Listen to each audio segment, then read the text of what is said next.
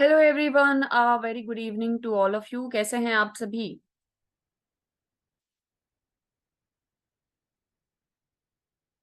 So here I welcome you all to BGK, that is banking Gyan Kendra. आज का जो हमारा स्पेशल सेशन है वो कुछ आपके अपकमिंग एग्जामिनेशंस के लिए जनरल बैंकिंग के क्वेश्चंस होंगे, एमसीक्यू क्वेश्चंस होंगे। तो उसके बारे में जो है आज हम चर्चा करेंगे। और जैसे कि यहाँ आप सभी के चैट सेक्शन में रिप्लाईज आने स्टार्ट हो गए हैं। पुष्पेन जी कह रहे हैं बिल्कुल बढ़िया है, नरेंद्र जी भी बिल्कुल बढ़िया है। अच्छा, आप सभी की तैयारी कैसी चल रही है ये बताइए। एग्जामिनेशंस को लेके कैसी तैयारी चल रही है आप सभी की? क्वेश्चंस को आंसर आज हम करेंगे, तो आप लोग कितने ज्यादा प्रिपेयर हैं इन सभी चीजों के लिए? अच्छे से आपकी प्रैक्टिस आई होप सो चल रही होगी। वैसे एग्जाम कब है आप सभी के? सभी के लिए डिफरेंट डिफरेंट डेट्स शायद हैं, ऐसा पहले हमने कुछ डिस्कस किया था। तो कब होने जा रहे हैं आप सभी के एग्जामिनेशंस? पुष्पेन जी बोल रहे हैं सब कुछ हौच पौच हो गया है, सब मिक्सअप हो गया है। ज्यादातर आप सभी के एग्जामिनेशन 9th को है। मनीष जी, नरेंद्र जी, पुष्पेन जी कह रहे हैं, तो बहुत ही कम समय हमारे पास में बचा है। आज का दिन तो समझ लीजिए बस थोड़े ही कुछ आवर्स हमारे पास में है, फिर 6, 7, 8 3 दिन बाद। राज जी बोल रहे हैं स्क्रीन नहीं आ रहा है। आ, राज जी स्क्रीन तो सभी को मतलब विजिबल है। आपकी साइड से अगर किसी तरह का कोई प्रॉब्लम हो तो आप प्लीज उसको चेक करें। अच्छा, अब क्योंकि 3 days ही हैं आपके एग्जामिनेशन के लिए, तो अगर इफ पॉसिबल तो आप उन 3 दिन थोड़ा सा लीव ले लीजिए, है ना। और फिर उसके बाद में जो है उसको लेके अच्छे से प्रैक्टिस करिए। इस टाइम पर कुछ न्यू पढ़ने का तो टाइम हमारे पास में ऐसा होता नहीं है। तो बेटर यही मैं आपको सजेस्ट करूंगी कि जो आपने ऑलरेडी पढ़ा हुआ है आप उसको जो है रिवाइज करें। आ पुष्पेन जी कह रहे हैं बस मैम वही नहीं मिलती है, लीव ही जो है वो नहीं मिलती है। कोशिश कीजिए अगर मिल जाए तो।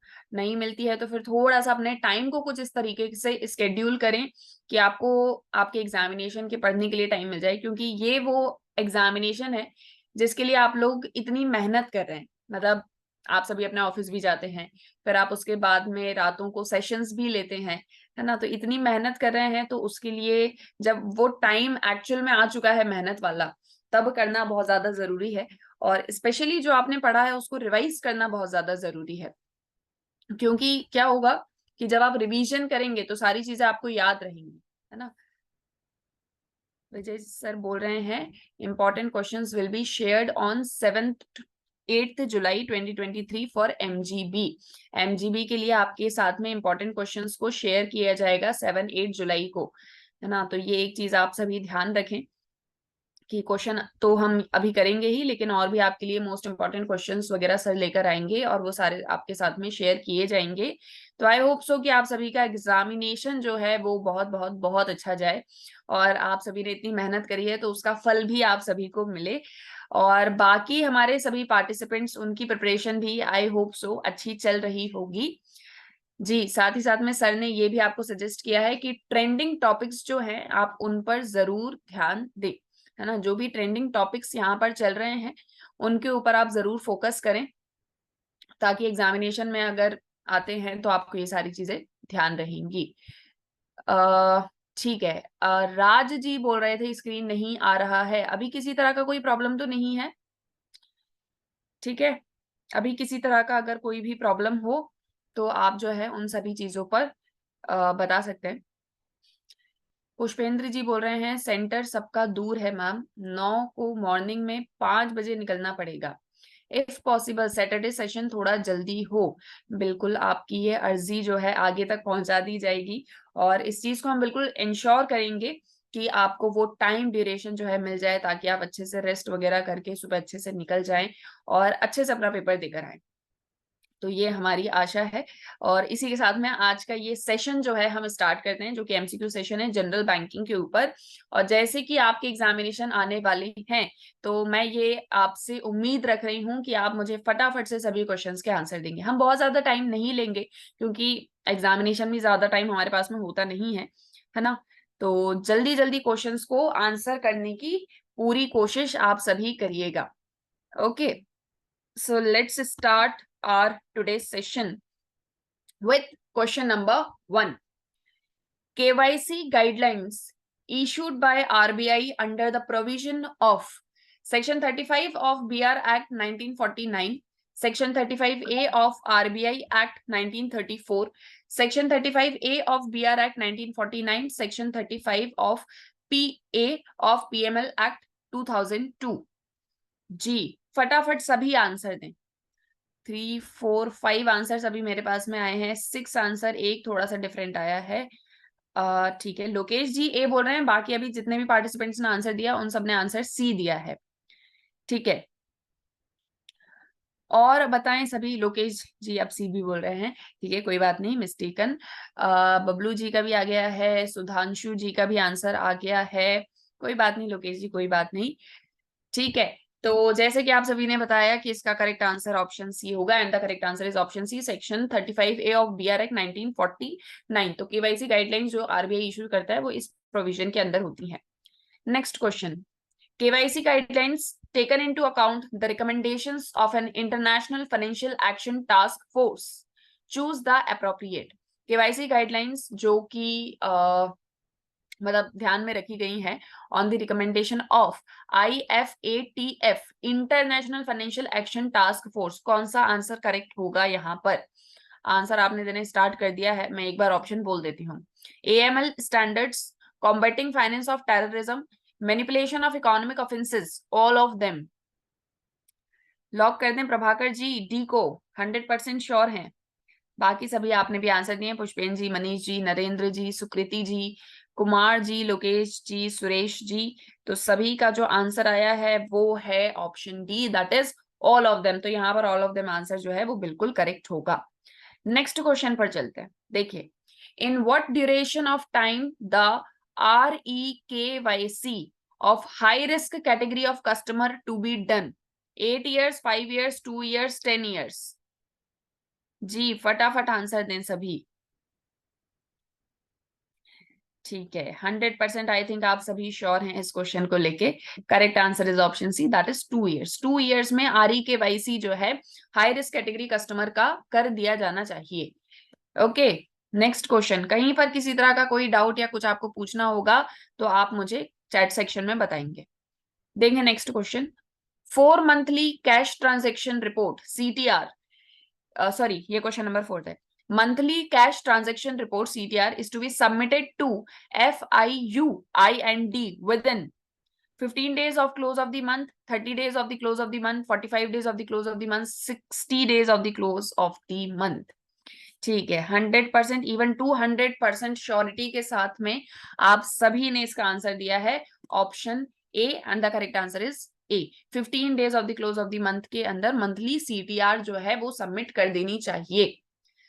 Next question, punishment for offenses under PML Act 2002 is prescribed as if narcotic substances are involved, fine up to rupees 5 lakhs and rigorous imprisonment from 3 years to 7 years, fine up to 5 lakh and rigorous imprisonment from 3 to 10 years, fine up to 5 lakh and rigorous imprisonment up from 5 to 7 years, fine up to 3 lakh and rigorous imprisonment from 3 years to 7 years।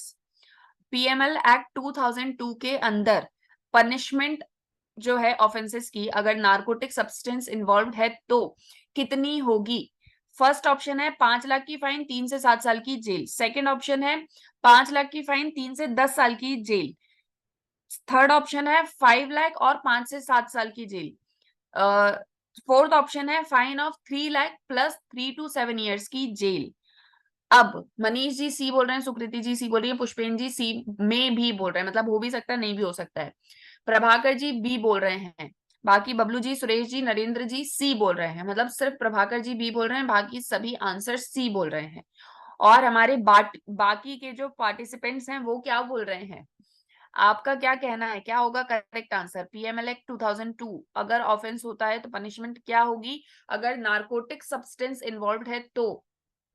Correct answer है आपका option B. देखिए, प्रभाकर जी ने सिर्फ answer दिया था option B. यहाँ पे इसमें 5 लाख का फाइन होगा, 3 से 10 साल का रिगोरस इम्प्रिजनमेंट होगा। फाइन। सुधांशु जी बोल रहे हैं सी होना चाहिए। आप कुछ डिस्कस अगर हमको थोड़ा और बताना चाहें सुधांशु जी, या किसी का कोई डाउट है, अगर वो बोलना चाह रहे हैं, कंफ्यूजन है, तो प्लीज बताएं। इसका करेक्ट आंसर जो मेरे पास में है वो ऑप्शन बी है। अगर किसी तरह का कोई आपको लग रहा है कि डाउटफुल है तो आप प्लीज मुझे बताएं। पुष्पेंद्र जी बोल रहे हैं लास्ट सेशन का साइड इफेक्ट है, मतलब कैसे? ठीक है, तो आगे बढ़ें या इसको हमको डिस्कस करना है? क्वेश्चन नोट कर लीजिए, बबलू जी कह रहे हैं। ठीक है ठीक है। नरेंद्र जी बोल रहे हैं बी राइट है। पुष्पेंद्र जी बोल रहे हैं काफी क्वेश्चन गलत हो गए। अच्छा, ठीक है, खैर जो भी है, हम इस क्वेश्चन को नोट कर लेते हैं। फिफ्थ क्वेश्चन को हम नोट कर रहे हैं, लास्ट में प्लीज एक बार याद दिलाइएगा। ओके, मतलब अगर क्योंकि हम सर से उसको डिस्कस करेंगे तो सर हमको इसके बारे में करेक्ट कर देंगे। नेक्स्ट क्वेश्चन आइए। If an account is open under OTP based eKYC process, Sudhanshu ji बोल रहे हैं सर हैं क्या? हाँ जी सर हैं, लेकिन हम उनको लास्ट में जो है इस बारे में बताएंगे। ओके सुधांशु जी, ओके ठीक है। क्वेश्चन सुनिए, मनीष जी ने तो आंसर भी दे दिया है। If an account is open under OTP based eKYC process, its maximum balance and total credit in the financial year can be can be 25,000 and 1 lakh, 10,000 and 1 lakh, 50,000 and 2 lakh, 1 lakh and 2 lakh। Manish ji ने बस answer दिया है, बाकी आप सभी का answer, आप सभी आंसर जल्दी जल्दी कीजिए, जल्दी से क्वेश्चन को रीड करिए फटाफट से, मतलब अपनी स्पीड को थोड़ा सा जो है आप बढ़ा लीजिए। इसलिए बढ़ा लीजिए क्योंकि बैंकिंग एग्जामिनेशंस में टाइम जो है बहुत इंपॉर्टेंट होता है, टाइम को हैंडल करना, तो इसीलिए मैं आपको ये सजेस्ट करूंगी। हाँ जी, तो आंसर तो आ रहे हैं सी डी ऐसे करके आंसर आए हैं। Let's see the correct answer. Option D 1 lakh and 2 lakh. अगर अकाउंट ओपन होता है OTP under OTP based eKYC में, तो मैक्सिमम बैलेंस और टोटल क्रेडिट जो है वो इतना होना चाहिए। राज जी बोल रहे हैं ए, कुलदीप जी बोल रहे हैं डी, अविनाश, नरेंद्र और प्रभाकर जी बोल रहे हैं सी। करेक्ट आंसर है ऑप्शन डी। ठीक है, कुलदीप जी ने और मनीष जी ने ये आंसर दिया था। मनीष जी ने सबसे पहले ही आंसर दे दिया था। कुलदीप जी बोल रहे हैं इंस्टा अकाउंट बोल रहे हैं या एसीसी बोल रहे हैं। कुलदीप जी कुछ कहना चाह रहे हैं, प्लीज शेयर करिए हमारे साथ में जी। आप कुछ कहना चाहते हैं या कुछ इसमें कंट्रीब्यूट करना चाह रहे हैं कि यहाँ पर ये या ऐसा होना चाहिए, तो वो प्लीज आप बता सकते हैं अपना माइक ओपन करके। ठीक है, तो इंस्टा अकाउंट बोलते हैं मंध्याचल में। अच्छा अच्छा, ठीक है, कुलदीप जी बोल रहे हैं इंस्टा अकाउंट बोलते हैं मंध्याचल में, इसको शायद ऐसा कुछ करके वो हमको बताना चाह रहे हैं। ठीक है, थैंक यू। आगे बढ़ते हैं, नेक्स्ट क्वेश्चन देखें। As per Prevention of Money Laundering Act, the banks are required to maintain record of transactions for a period of dash from date of cessation of transaction 2, 5, 10, 15। फटाफट से answer दीजिए। ठीक है, अविनाश जी ने आंसर दे दिया, पुष्पेंद्र जी ने answer दे दिया है, और हमारे बाकी पार्टिसिपेंट्स, चंदन जी ने भी आंसर दे दिया। ठीक है, वो बी आंसर बोल रहे हैं। मनीष जी सी बोल रहे हैं। ठीक है, और बाकी सभी पार्टिसिपेंट्स स्पीड देखिए आप सभी प्लीज मेंटेन करके रखिए, जिनका भी एग्जामिनेशन 9 को है या अभी आसपास में ही है, आप स्पीड का प्लीज ध्यान रखिए। ठीक है, मतलब आपके जो आंसर देने की स्पीड है उसको अच्छे से फटाफट से रीड करके, सही से रीड करके, मतलब हड़बड़ी में भी नहीं कि फटाफट बिल्कुल जल्दी जल्दी करना है तो जल्दी जल्दी से रीड कर लें, ऐसा भी नहीं, लेकिन ध्यान रखते हुए टाइम को आंसर दें, है ना। तो देखें, इसका करेक्ट आंसर है ऑप्शन बी 5 years, जो कि बबलू जी ने भी कहा था और चंदन जी ने भी कहा था। ठीक है, मनी लॉन्ड्रिंग एक्ट के अंदर जो बैंक्स हैं उनको ट्रांजेक्शन का रिकॉर्ड रखना होता है 5 साल तक के लिए।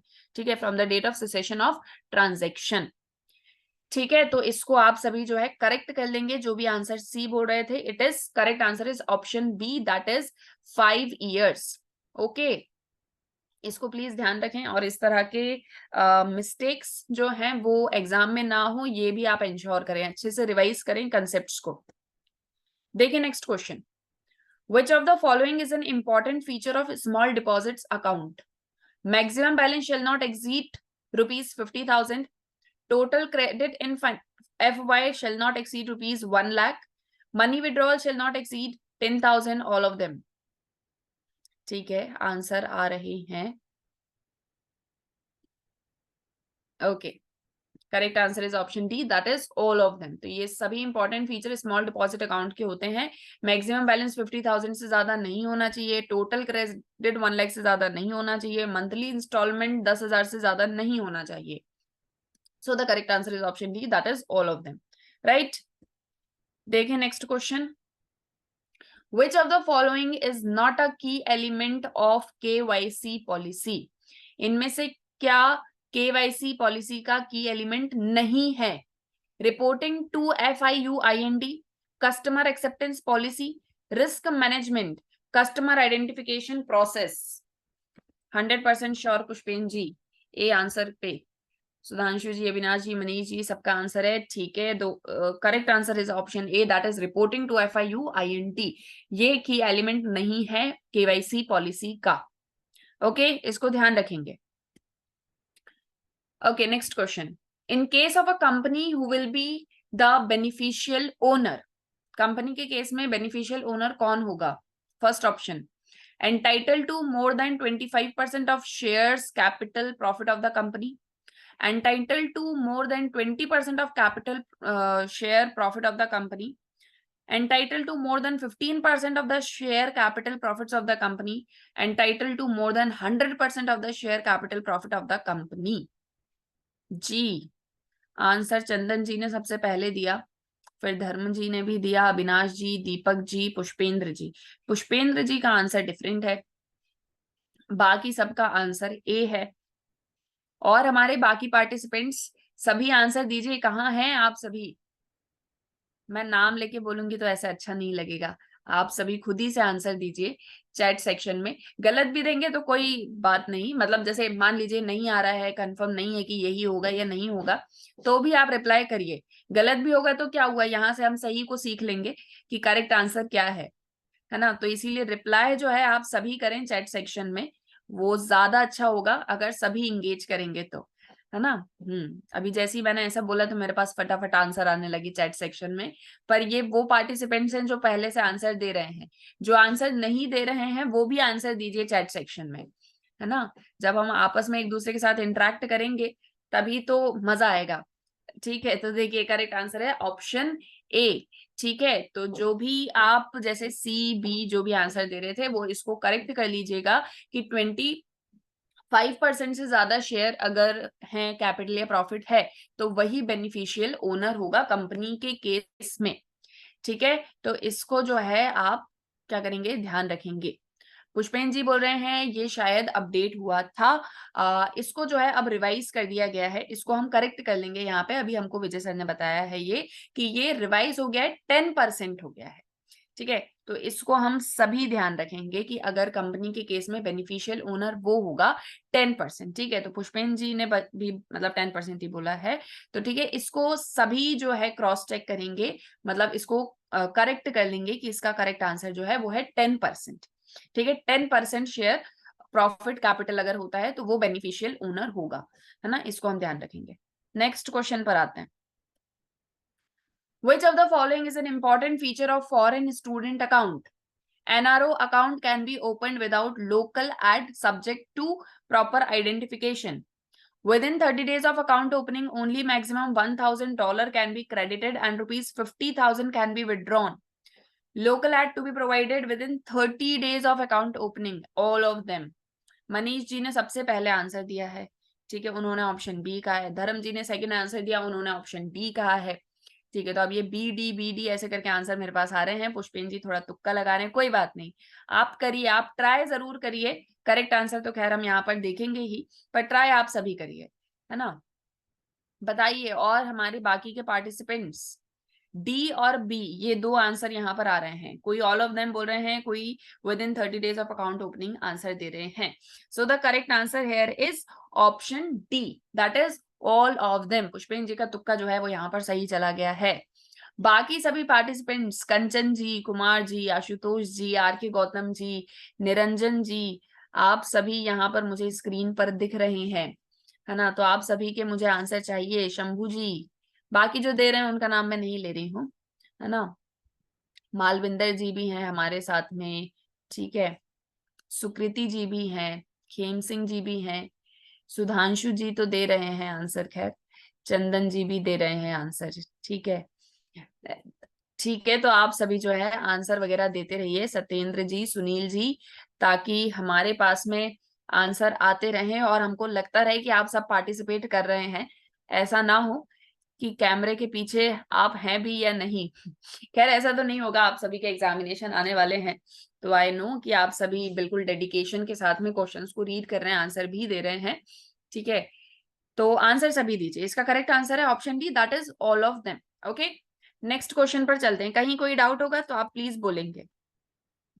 STR report to be submitted to FIUIND within 5 days of confirmation of suspicion, 7 days of confirmation, 10 days of confirmation, 15 days of confirmation। जी, बहुत तेजी से यहाँ पर आप सभी के आंसर आते हुए रुझान मिलना मुझे शुरू हो गए हैं, और अब मुझे सभी के आंसर मिल रहे हैं, ये मुझे बहुत अच्छा लग रहा है। थैंक यू सो मच ऐसा करने के लिए कि सभी ने आंसर दिए हैं, ठीक है। So correct answer is option B, that is within 7 days. सभी श्योर हैं इस आंसर में? ओके ओके, तो 7 डे जो है वो इसका करेक्ट आंसर है। नेक्स्ट क्वेश्चन देख, who is empowered to close the account in which more than 3 STR have been filed? GM operation, COSRM /RM, ZMBM. Who is empowered to close the account in which more than 3 STR have been filed? कौन close करेंगे account को अगर 3 से ज्यादा STR file हो गए हैं तो? ठीक है, दीजिए दीजिए, सभी आंसर दीजिए। आप सबका आंसर जब एक साथ एक जैसा आता है तो चांसेस ज्यादा होते हैं कि वो आंसर करेक्ट होगा, लेकिन यहाँ पर आंसर बी है, जो लोकेश जी, चंदन जी, सत्येंद्र जी ने अभी अभी दिया है, ठीक है। मतलब जस्ट मैंने आंसर दिया उसके पहले ही उनका सही आंसर आ गया था। कंचन जी भी बोल रही हैं, ठीक है। तो इसका जो करेक्ट आंसर है वो है option B, that is ZM। ZM जो है यहाँ पर वो एम्पावर्ड है कि वो अकाउंट को क्लोज कर सकते हैं। पुष्पेन जी पूछ रहे हैं ZM क्या होता है, कोई बताना चाहेंगे कि ZM क्या होता है प्लीज? मनीष जी RM बोल रहे हैं, करेक्ट आंसर है ZM। ZM है आपके जोनल मैनेजर, जैसा मालविंदर जी ने बताया, आरके गौतम जी ने बताया, राज जी ने बताया, थैंक यू सो मच, ठीक है। लोकेश जी, सत्येंद्र जी, धर्म जी, सभी ने ये आंसर बता दिया। ZM जो है आपके वो जोनल मैनेजर हैं, ठीक है। तो ये एम्पावर्ड है कि ये अकाउंट को क्लोज कर सकते हैं। मनीष जी बोल रहे हैं उनके यहाँ पर RM होता है। अच्छा, इसको आप में से कोई भी डिस्कस करना चाहेंगे क्या? कहीं पर ऐसा कुछ अलग सा सिस्टम है? मनीष जी बोल रहे हैं उनके यहाँ पर जो है वो RM होता है। सुधांशु जी बोल रहे हैं यस, ग्रामीण बैंक में ZM नहीं होता है। अविनाश जी ऐसा बता रहे हैं। सुधांशु जी बोल रहे हैं RM ही होता है, RRB में RM होता है। सत्येंद्र जी बोल रहे हैं, अच्छा ठीक है। अच्छा, तो डिफरेंट प्लेसेस पर ऐसा कुछ डिफरेंट होगा। यहाँ पर RM, GM एंड चेयरमैन। धर्म जी बता रहे हैं RM के ऊपर फिर ZM होता है। अच्छा ठीक है, तो क्योंकि इसको लेके थोड़ा सा आपका डाउट रहा तो एक इस क्वेश्चन को भी मैं नोट कर लेती हूँ। 13 क्वेश्चन और 5 क्वेश्चन है ना, एक 5th क्वेश्चन था जिसमें थोड़ा सा कंफ्यूजन था, और एक ये 13th क्वेश्चन है। RRB में ZM नहीं होता है, मनीष जी ऐसा भी बता रहे हैं, ठीक है। कैनरा में RM होता है, RRB में मिडिल क्लोज अकाउंटेंट में 3 STR, ठीक है। तो इसको हम जो है एक बार और लास्ट में सर के साथ में जरूर डिस्कस करेंगे। RM प्राइवेट बैंक्स में है, मालविंदर जी बता रहे हैं। अच्छा ठीक है, ठीक है, इसको जो है सर के साथ में एक बार डिस्कस करते हैं लास्ट में, फाइन। आगे बढ़ते हैं नेक्स्ट क्वेश्चन पे। 2 क्वेश्चन मैंने यहाँ पर आपके नोट कर लिए हैं, ठीक है, जो आपने बताए हैं। तो यहाँ पर जो है उनको हम लास्ट में एक बार सर के साथ में डिस्कस करेंगे। आ जाते हैं नेक्स्ट क्वेश्चन पे, question number 14। Counterfeit notes to be preserved for a period of dash received from police authority 5473।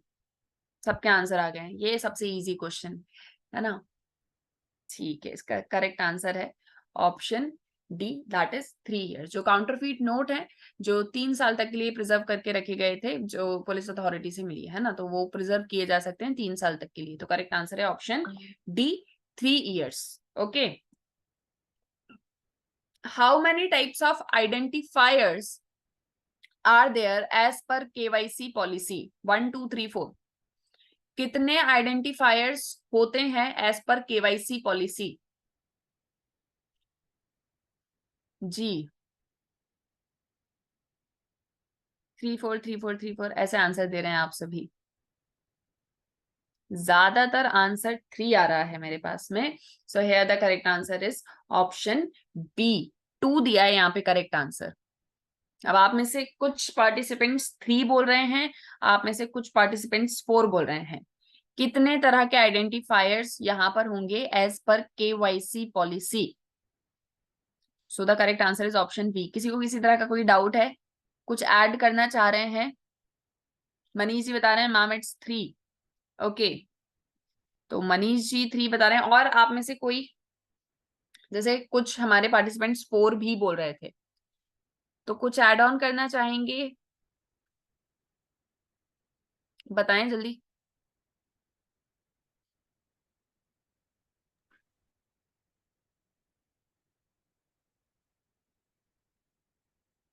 It should be 3. Avinash जी बोल रहे हैं कौन कौन सा होता है. देखिए ये ना 3 होते हैं, इसका करेक्ट आंसर 3 होगा. ये होते हैं आपके CIP, CDD और EDD. तो इसका करेक्ट आंसर 3 ही होगा. आप इसको जो है, हाँ इसको आप करेक्ट कर लेंगे. इसका करेक्ट आंसर ऑप्शन सी होगा. 3 आइडेंटिफायर्स होते हैं केवाईसी पॉलिसी में. ठीक है, आप इसको करेक्ट कर लें. मैं आपको बता दे रही हूँ कौन कौन से होते हैं इसमें. तो इसमें जो 3 होते हैं वो customer identification program CIP, customer due diligence CDD, enhance due diligence EDD. तो ऐसे करके 3 आइडेंटिफायर्स बेसिकली इसमें रखे गए हैं. ठीक है, तो इसका करेक्ट आंसर जो है वो ऑप्शन सी है, दैट इज 3. ओके, इसको करेक्ट कर लेंगे एक आप. देखिए next question. Who can permit the opening account of PEP BM irrespective of cadre, BM SC 4 and above? RM is empowered in case of branch up to SC 3, B and C. Who can permit the opening account of PEP? धर्म जी ने answer दिया है C, Avinash जी ने answer दिया है D. ठीक है, और बाकी सभी पार्टिसिपेंट? दीपक जी D, चंदन जी D, सत्येंद्र जी D, मनी जी बोल रहे हैं नो आइडिया. कोई बात नहीं. मालविंदर जी भी D बोल रहे हैं, सुनील जी भी D बोल रहे हैं. ओके, कुलदीप जी पूछ रहे हैं PEP क्या है? कोई बताना चाहेंगे यहाँ पे PEP क्या है? पॉलिटिकली एक्सपोज पर्सन है. पॉलिटिकली एक्सपोज्ड पर्सन जो है वो है यहाँ पर PEP. कुलदीप जी आपको जो है पुष्पेंद्र जी ने बता दिया है PEP है पॉलिटिकली एक्सपोज्ड पर्सन. क्लियर? तो अब बताएं कि कौन परमिट कर सकता है अकाउंट ओपनिंग PEP के. जैसे कि ज्यादातर आंसर मेरे पास में आए option D and the correct answer is option D, that is B and C. ये दोनों यहाँ पर होंगे. BM SC 4 and above and RM is empowered in case of branch up to SC 3. तो ये B एंड C दोनों answer यहाँ पर करेक्ट हैं. ठीक है, क्लियर? ओके, चले नेक्स्ट क्वेश्चन पे. कहीं कोई डाउट हो तो प्लीज बोले, मैं रुक जाऊंगी वहां पर. अब ये देखें, CKYC is mandatory in case of individual account from 1/1/2017 and in case of non-individuals account 1/4/2021, 1/10/2021, 1/12/2020, not mandatory of non-individual accounts. जी 2 आंसर आए हैं, एक आंसर आया है D, एक आंसर आया है A.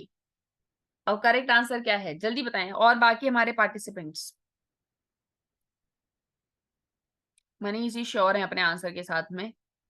ओके, अब 3 आंसर हुए. D आंसर, अच्छा हाँ D और A ये 2 चल रहा है. तो फिर आप ही मुझे बताएं कि मैं कौन से क्वेश्चन को लॉक कर दूं.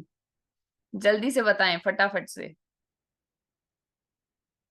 ज्यादातर जो आंसर, हाँ लोकेश जी बोल रहे हैं A को कर दीजिए मैडम. ज्यादातर जो आंसर मेरे पास में आए हैं वो A है and the correct answer is option A 1/4/2021. CKYC mandatory होता है इंडिविजुअल अकाउंट के केस में 1/1/2017 से और नॉन इंडिविजुअल अकाउंट के केस में 1/4/2021 से. ठीक है, तो इसको जो है अविनाश जी, लोकेश जी मैंने लॉक कर दिया है और ये करेक्ट आंसर निकला. ठीक है, तो आगे बढ़ते हैं. और नेक्स्ट क्वेश्चन पर चलते हैं। देखें, एज पर grievance redressal mechanism, timelines to dispose of the complaints. Grievance redressal mechanism के अकॉर्डिंग जो टाइमलाइंस होती हैं कंप्लेंट्स को डिस्पोज करने की, वो कितनी है? Branch level less than 2 working days, RO level less than 3 working days, ZO level less than 4 working days and CO level less than 5 working days, all of them. D में sure हैं? ठीक है, और बाकी सभी डी में sure हैं? अच्छा, सभी तो नहीं, सबका आंसर नहीं आया मेरे पास में, तो सब किस चीज में श्योर हैं? सभी आंसर दें। चलिए ठीक है, हम देखते हैं। करेक्ट आंसर है option D, that is all of them. तो ग्रीवेंस रिड्रेसल मैकेनिज्म के लिए जो टाइमलाइन होंगी कंप्लेंट डिस्पोज करने के लिए, वो यहाँ पर सभी आंसर करेक्ट हैं। Okay, RO level 3, branch level 2, ZO level 4, CO level 5। Okay, देखें next question. BLCC, branch level customer committee, should meet once on dash of every month. 10th, 15th, 1st, not necessary to meet. बताएं। कोई 10 बोल रहा है, कोई 15 बोल रहा है।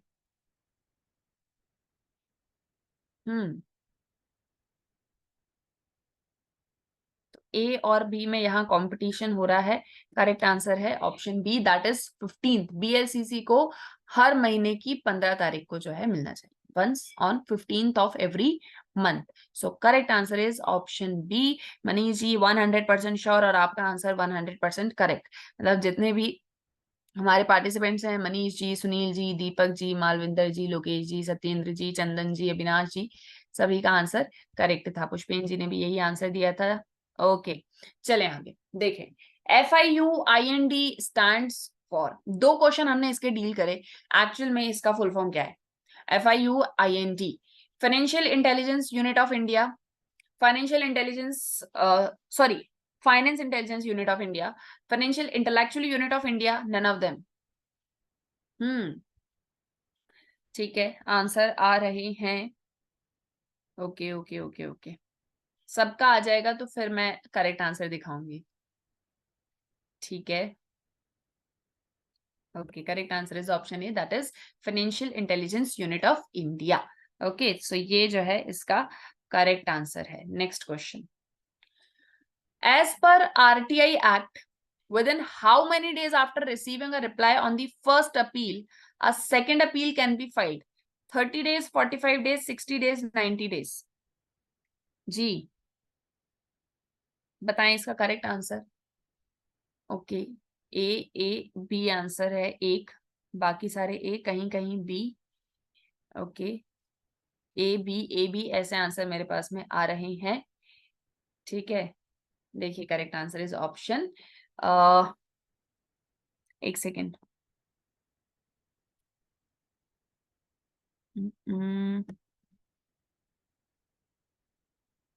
इसमें जो आंसर है वो डी पर लगाया हुआ है 90 डेज। इसको थोड़ा सा क्रॉस चेक जो है मुझे करना पड़ेगा, एक सेकेंड रुकिए आप। लोकेश जी बोल रहे हैं एक्सप्लेन करो, कोई एक्सप्लेन करेगा इसे या मैं एक्सप्लेन करूं?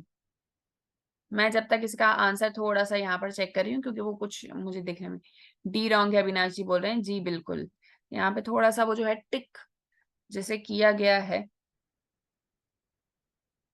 उसमें थोड़ा सा कंफ्यूजन है, हालांकि उसको मैं यहाँ पर चेक कर रही हूँ। कोई एक्सप्लेन कर रहे हैं या मैं ही एक्सप्लेन करूं? पुष्पेंद्र जी बोल रहे हैं 90 है। यहाँ पे जो आंसर है वो डी मार्क है।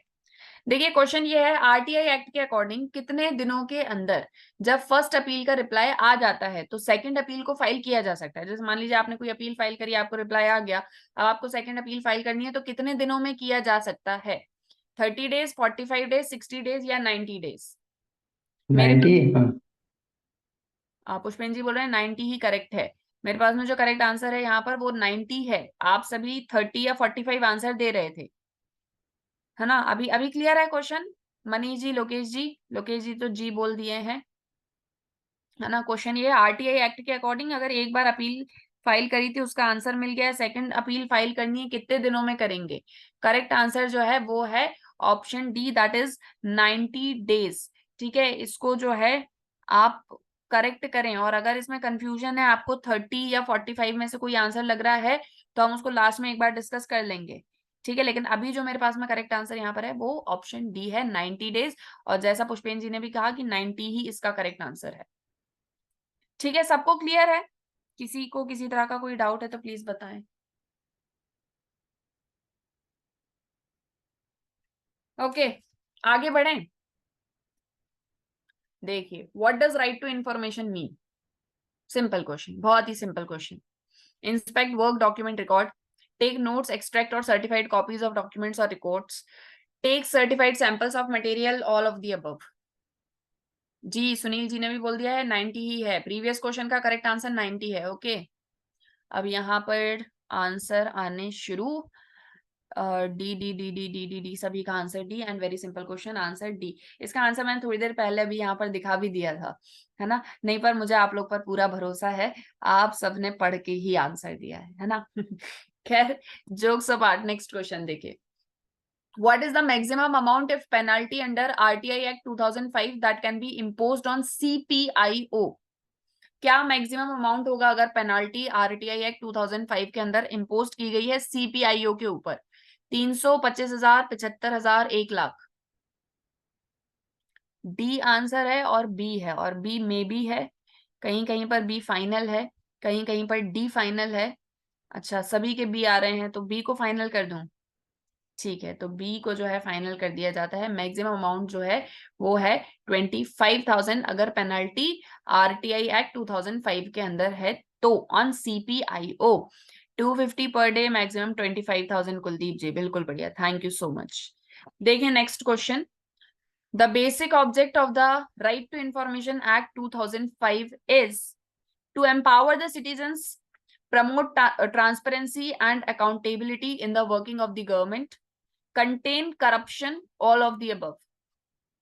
जी, इसका बताएं आंसर, इसका करेक्ट आंसर क्या होगा? जी, सभी का आंसर, अविनाश जी बस बी बोल रहे हैं, कुलदीप जी बी बोल रहे हैं, बाकी सभी ऑल ऑफ दी अबव बोल रहे हैं। लोकेश जी बोल रहे हैं डी को लॉक कर दीजिए। मैडम कर दूं लॉक? ठीक है, डी आंसर को जो है लॉक कर दूं। Correct answer is option D, that is all of the above. Objective क्या है राइट टू इंफॉर्मेशन का? कि एम्पावर हो सिटीजन्स, हर एक सिटीजन के पास में इतनी शक्ति है कि भाई वो क्वेश्चन पूछ सकता है। ट्रांसपेरेंसी, अकाउंटेबिलिटी लानी है, गवर्नमेंट कोई भी काम कर रहा है। मनीष जी ताला लगा दिया मैंने, आपका आंसर बिल्कुल सही निकला। तो ट्रांसपेरेंसी, अकाउंटेबिलिटी लानी है और करप्शन को कंटेन करना है, इसीलिए जो करेक्ट आंसर होगा वो ऑप्शन डी होगा, ऑल ऑफ दी अबव, है ना, सिर्फ बी नहीं होगा। फाइन, देखिए next question. BCSBI, banking codes and standard board of India, BCSBI code is, ये क्या है? Promoting good banking practices, increasing transparency, achieving higher operating standard, all of the above. ये तो बहुत सिंपल क्वेश्चन है, इसका आंसर आप सभी को पता है। डी को लॉक किया जाए? ठीक है, डी को लॉक कर देती हूं मैं, और इसका करेक्ट आंसर बताने के लिए आप सभी को कुछ इनाम दिया जाएगा। करेक्ट आंसर है option D, that is all of the above. ठीक है, सिंपल क्वेश्चन। नेक्स्ट क्वेश्चन देखें। What are the codes of BCSBI with IBA? अभी BCSBI हमने देखा, अब इसके जो कोड्स हैं वो IBA के साथ में क्या है? Bank committed to customer, banks committed to micro and small enterprises, both A and B, only A। जी, कंफ्यूज हो रहा है, आंसर डी दें, आंसर ए दें, कौन सा आंसर दें? करेक्ट आंसर है option C, A and B. ठीक है, तो ये दोनों ही आंसर यहाँ पर करेक्ट हैं। Bank committed to customer, bank committed to micro and small enterprises, ये कोड्स हैं BCSBI के विथ IBA। ओके, कहीं कोई डाउट होगा तो आप प्लीज बोलेंगे। फाइन, देखिए next question. BCSBI first evolved in 16 Feb 2006, 18 Feb 2006, 16 March 2006, 18 March 2006। इसका बताइए आंसर।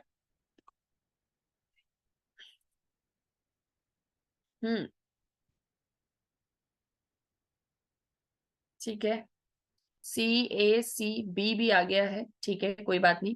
और बताइए बाकी सभी। नो आइडिया, कोई बात नहीं। कुछ भी, दीपक जी कुछ भी, कोई भी एक आंसर बोल दीजिए, क्या पता आपका आंसर सही चला जाए। हाँ, बस सबका देख के मत बोलिएगा कि बाकी सब क्या आंसर दे रहे हैं। आपको क्या लगता है क्या होना चाहिए वो बताइए। कोई भी आंसर, जैसे ज्यादातर यहाँ पर ADB आंसर जो है वो आ रहा है। चलिए, दीपक जी ने भी डी आंसर बोला है। हम देखें करेक्ट आंसर, ऑप्शन बी। ठीक है, 18 Feb 2006 जो है वो यहाँ पर करेक्ट आंसर है। पुष्पेंद्र जी, आपका तुक्का जो है वो बिल्कुल सही चला गया है। जो BCSBI है वो सबसे पहले इवॉल्व होता है 18 Feb 2006 को।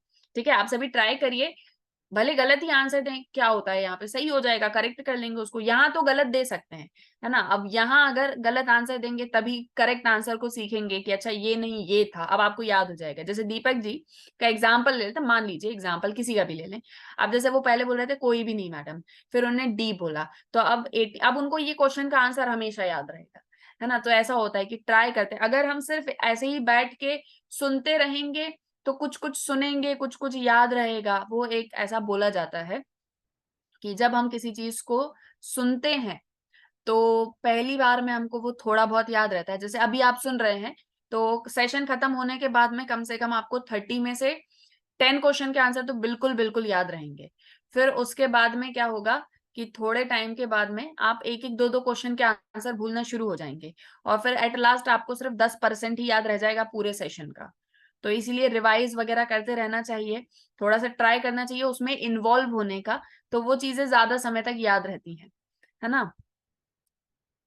पुष्पेंद्र जी बता रहे हैं ऐसी चीजें ज्यादातर फेब में होती हैं। तो देखिए, ये आपको जानने को मिल गया कि कहीं पर हो तो थोड़ा सा अपना माइंड यूज करके फेब का आंसर लिख दीजिएगा, है ना। तो ये सभी के लिए हेल्पफुल होता है, मतलब ये तो खैर छोटे बच्चों को भी स्कूल में सिखाया जाता है। तो इन चीजों का आप भी ध्यान रखिएगा, आप जितना इन्वॉल्व होंगे चीजों में आपको वो उतनी ज्यादा याद रहेंगी। इसलिए मैं बोलती हूँ सब आंसर दीजिए। ठीक है, चलिए next question. Transfer of account to other branch, operationalize operationalization at new branch as per BCSBI time norms within 1 week, 2 week, 3 week, 4 week। अगर ट्रांसफर करना है अकाउंट को दूसरी ब्रांच में, तो जो ऑपरेशनलाइजेशन या ऑपरेशनलाइजेशन होगा नई ब्रांच में, BCSBI नॉर्म्स के अंदर कितने दिनों में हो जाना चाहिए? 1 वीक, 2 वीक, 3 वीक, 4 वीक। ए और सी आंसर आया है, मनीष जी सी बोले हैं, बाकी सभी ए बोल रहे हैं। ठीक है, और बाकी सभी के आंसर। ठीक है, धर्म जी सी बोल रहे हैं, ठीक है। कुलदीप जी ए बोल रहे हैं, सी लॉक कर देती हूँ। मनीष जी बोल रहे हैं मैडम आप तो लॉक कर दीजिए। सब जो भी आंसर बोल रहे हैं मेरा आंसर आप लॉक कर दीजिए। ठीक है, मैं आपका आंसर लॉक कर देती हूँ, लेकिन करेक्ट आंसर ऑप्शन बी है यहाँ पर। 2 वीक इसका करेक्ट आंसर है। ठीक है, लोकेश जी का आंसर आ ही गया, लोकेश जी ने बोला बी, और बी जो है, जी कोई कुछ कहना चाह रहे हैं, बी जो है वो इसका बिल्कुल करेक्ट आंसर है। इसको थोड़ा सा करेक्ट हम कर लेंगे, जो भी 1 या 3 आंसर दे रहे थे। मनीष जी बोल रहे हैं नहीं मैम ये रॉन्ग होगा। थोड़ा सा क्लैरिफाई, अगर किसी को इसके बारे में इंफॉर्मेशन है तो हमको बताना चाहेंगे प्लीज। जैसे लोकेश जी बी बोल रहे हैं, तो लोकेश जी को बी के बारे में पता होगा 2 वीक, या सिर्फ यूं ही था। मतलब डिस्कस करें ना हम आपस में, अगर जैसे कहीं पर कोई डाउट आ रहा है तो उसको डिस्कस कर सकते हैं। जी, आप में से कोई भी प्लीज बताना चाहेंगे, या एट लास्ट हमको सर के पास ही जाना पड़ेगा। और भी कंफ्यूजन है इस क्वेश्चन में? ये वाला कंसल्ट कर लीजिएगा मैम। हाँ ठीक है, सर। इसको एक बार डिस्कस करें। 3 क्वेश्चन हो गए हैं। प्रभाकर जी भी ये बोल रहे हैं, लोकेश जी बोल रहे हैं account transfer 15 days, 15 days 2 week. Satyendra ji 2 week बहुत ज्यादा टाइम हो जाएगा। अच्छा ठीक है, नरेंद्र जी 1 वीक बोल रहे हैं। अच्छा ठीक है, तो इस तरह का कंफ्यूजन है। ठीक है, तो इस क्वेश्चन को भी लास्ट में सर से डिस्कस करते हैं। 3 क्वेश्चन हो गए हैं, एक question number 5, question number 13, question number 28। ठीक है, तो लास्ट में अगर सर अवेलेबल रहते हैं तो हम उनसे इन क्वेश्चंस को जरूर डिस्कस करेंगे, है ना। आइए नेक्स्ट क्वेश्चन पर। मनीष जी बोल रहे हैं मैक्सिमम टाइम 3 वीक है। ठीक है, करते हैं डिस्कस। ये देखिए नेक्स्ट क्वेश्चन, ये भी आपका BCSBI से है। How many parameters are taken by BCSBI for the code compliance rating of banks 3, 4, 5, 6? कितने पैरामीटर BCSBI यूज करता है बैंक्स कोड कंप्लायंस रेटिंग देने के लिए? मतलब बैंक्स को कोड कंप्लायंस रेटिंग देने के लिए कितना पैरामीटर यूज करता है? 3, 4, 5, 6? इसका दीजिए आंसर। सुनील जी का आंसर आया है ए, सत्येंद्र जी का आंसर आया है बी, दीपक जी बोल रहे हैं ए। ठीक है, अविनाश जी बोल रहे हैं सी। I think 4 parameter. चंदन जी बोल रहे हैं 4, बी मतलब। मनीष जी बी, धर्म जी बी। हम्म, ओके, देखते हैं कितने पैरामीटर है। Correct answer is option C, that is 5 parameter, जो अविनाश जी ने आंसर दिया था। ठीक है, तो BCSBI में कोड कंप्लायंस रेटिंग के लिए 5 पैरामीटर्स यहाँ पर रखे गए हैं। ठीक है, करेक्ट आंसर इज ऑप्शन सी।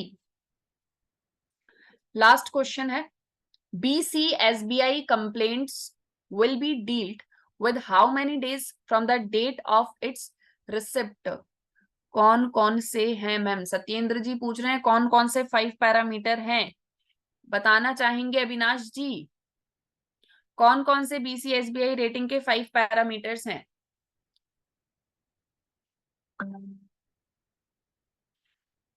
जी, बता रहे हैं अविनाश जी या मैं बताऊं?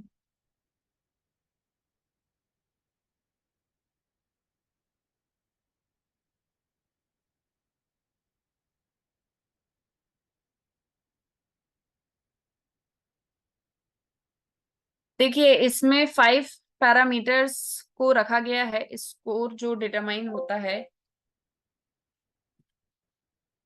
उसमें कस्टमर सेंट्रिसिटी को हाईएस्ट वेटेज दिया गया है। फिर इसमें अलग अलग तरीके के बैंक्स हैं, मैं एक मिनट चेक कर रही हूँ, अगर मुझे मिल जाते हैं तो। हाँ देखिए, information dissemination, transparency, customer centricity, grievance redressal and customer feedback, ये 5 पैरामीटर हैं BCSBI में कोड कंप्लायंस रेटिंग के।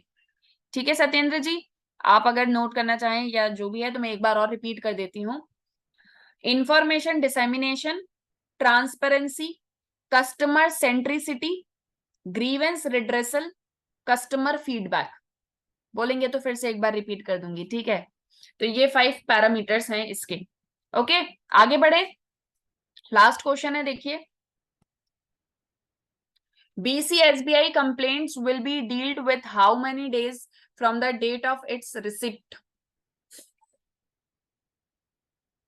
20, 15, 30, 60? बताएं इसका आंसर। लोकेश जी का आंसर आ गया है। ठीक है, सभी का आंसर लगभग आ ही रहा है मतलब। ठीक है, अविनाश जी बोले 15, बाकी सभी बोले 30। लास्ट क्वेश्चन है, ज्यादा आपको वेट ना कराते हुए करेक्ट आंसर है इसका option C, that is 30 days. ठीक है, BCSBI कंप्लेंट जो है जब रिसीव होती हैं तो उसके 30 दिन के मतलब उनको डील किया जाता है 30 डेज में। ठीक है, सो ये इसका करेक्ट आंसर होगा। और इसी के साथ में हमारा आज का ये जो सेशन है ये होता है कंप्लीट। 3 क्वेश्चंस थोड़े से डाउटफुल हैं, क्वेश्चन नंबर 5, क्वेश्चन नंबर 13 और क्वेश्चन नंबर 28। तो मैं जो है यहाँ पर विजय सर हमारे साथ में हैं, उनको रिक्वेस्ट करूंगी अगर उनको थोड़ा सा, अगर वो फ्री हैं तो प्लीज वो हमको इन क्वेश्चंस के आंसर थोड़े से डिस्कस कर दें, या फिर बाद में भी अगर मतलब वो चाहेंगे तो वो उसको डिस्कस कर देंगे। सर की क्लास अभी नहीं है, ये मेरी आज की जो है लास्ट क्लास है।